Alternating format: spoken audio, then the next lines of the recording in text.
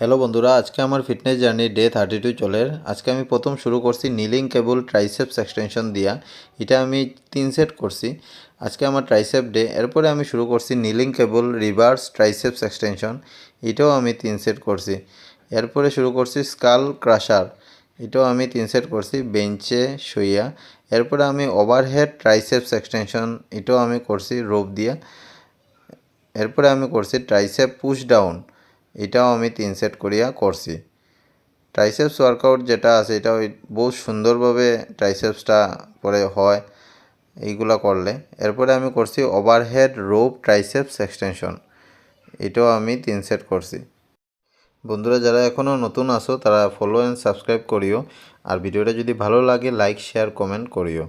আর এখন আমি ডে 32 এটা আমি ওভারহেড ডাম্বেল ট্রাইসেপস এক্সটেনশন করি, আর এর আমি ডাম্বেল কিকব্যাক করিয়া শেষ করছি।